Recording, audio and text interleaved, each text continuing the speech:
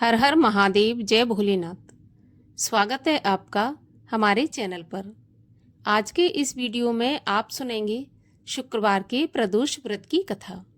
शुक्रवार के दिन किया जाने वाला प्रदोष व्रत सुख, सौभाग्य एवं दाम्पत्य जीवन को सुखमय बनाने वाला सबसे उत्तम व्रत है। इस दिन का व्रत भगवान शिव और माता पार्वती को अर्पित है और बहुत जल्दी मनोकामना पूर्ण करने वाला ये व्रत है।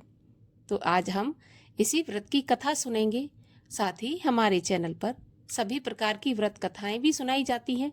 तो सभी व्रत कथाएं सुनने के लिए और हमसे जुड़े रहने के लिए हमारे चैनल को सब्सक्राइब करके बेल आइकन पर प्रेस करके आज की कथा को लाइक कर दीजिए और शेयर कर दीजिए। तो चलिए अब सुनते हैं शुक्रवार के प्रदोष व्रत की कथा। श्री सूत जी बोले, प्राचीन काल की बात है।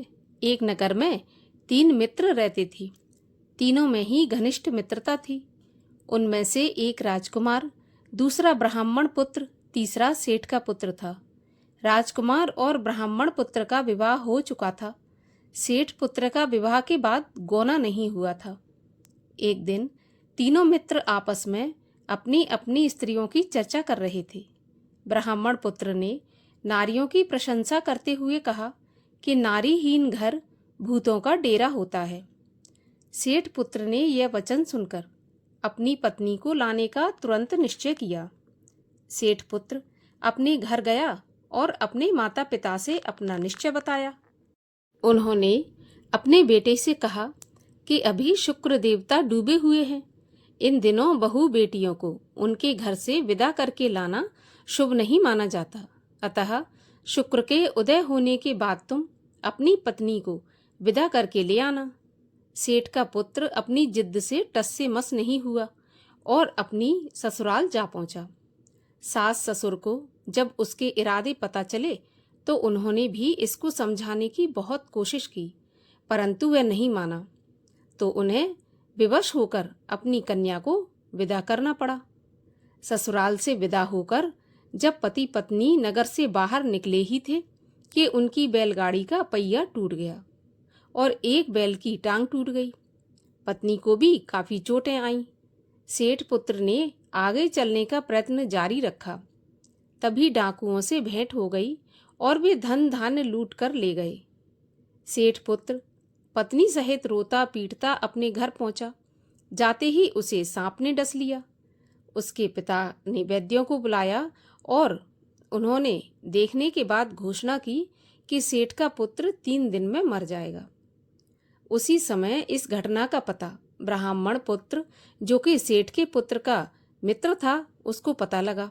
उसने सेठ से कहा कि आप अपने लड़के को पत्नी सहित बहू के घर वापस भेज दो।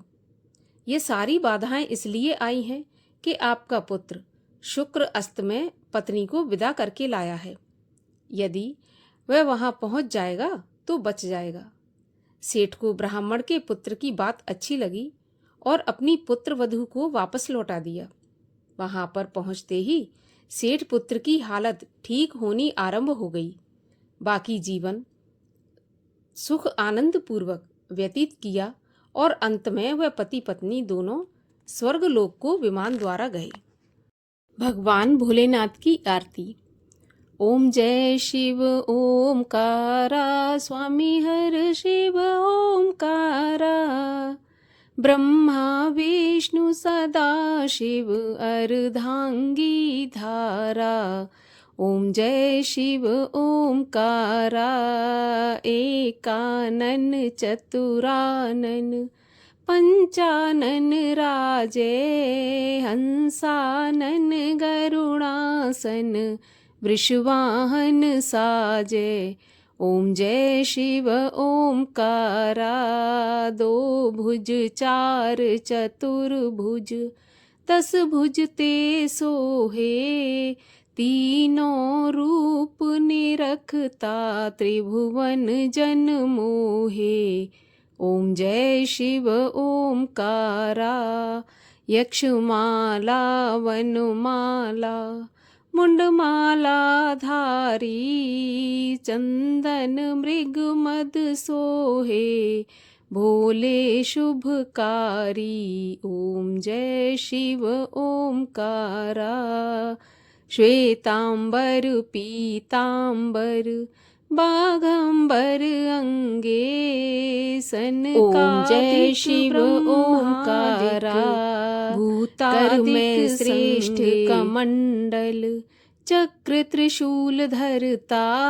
जग करता जग हरता जग पालन करता। ओम जय शिव ओमकारा। ब्रह्मा विष्णु सदा शिव जानत अविवेका। प्रणवाक्षर के मध्य ये तीनों एका। ओम जय शिव ओमकारा। त्रिगुण स्वामी जी की आरती जो कोई जन गावे। कहत शिवानंद स्वामी सुख संपत्ति पावे। ओम जय शिव ओमकारा। बोलिए भगवान शिव शंकर महादेव की जय।